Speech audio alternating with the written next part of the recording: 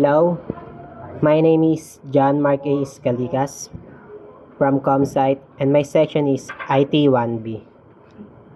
So, what I'm gonna do is demonstrate how to manually backup data using Windows 7 backup and restore feature.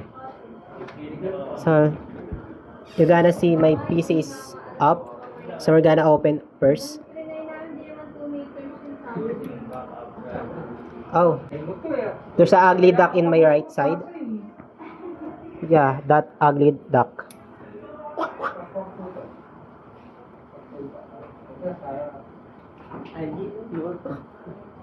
Ajinomoto.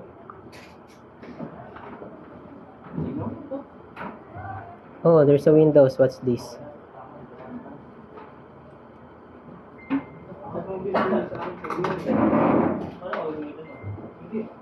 Alright, so my PC is open.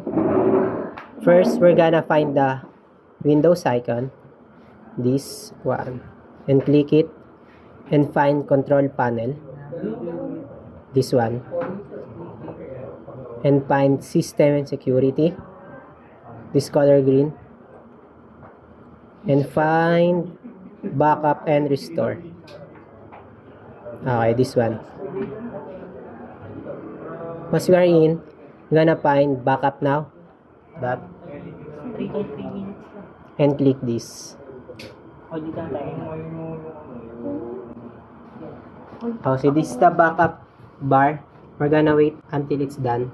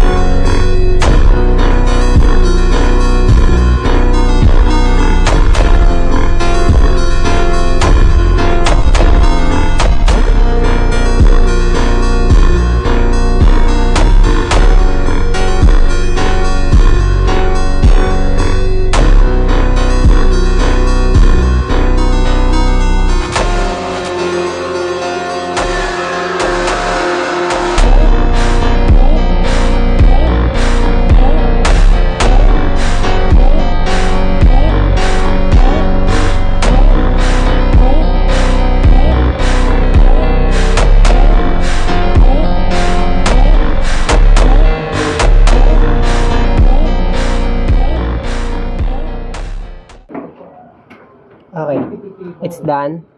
So now it's thank you time. Thank you for Sir Oliver C. Sanchez for